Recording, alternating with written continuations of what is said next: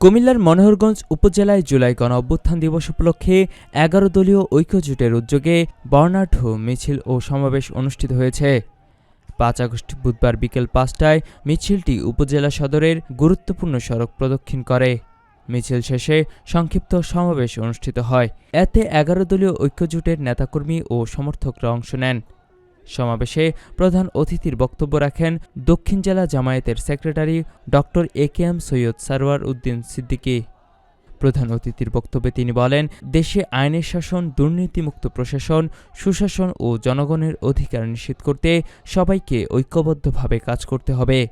নতুন প্রজন্মের কাছে জুলাই গণ-অভ্যুত্থানের ইতিহাস ও চেতনাকে সঠিকভাবে তুলে ধরতে হবে, যাতে তারা একটি মানবিক, ন্যায়ভিত্তিক ও সমৃদ্ধ বাংলাদেশ গঠনে ভূমিকা রাখতে পারে।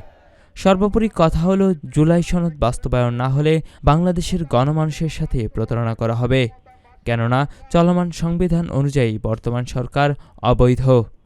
এ সময় আরও উপস্থিত ছিলেন মনোহরগঞ্জ উপজেলা জামায়াতের secretary Mohammad Faizur Rahman, joint secretary Saiful Bari Tuhin, upazila যুব বিভাগের সভাপতি মহিন উদ্দিন, সেক্রেটারি তোফায়েল আহমেদ, উপজেলা শ্রমিক কল্যাণ ফেডারেশন সভাপতি মোহাম্মদ উল্লাহ, উপজেলা সদর শিবিরের সভাপতি ইয়াকুব হোসেন রিফাত।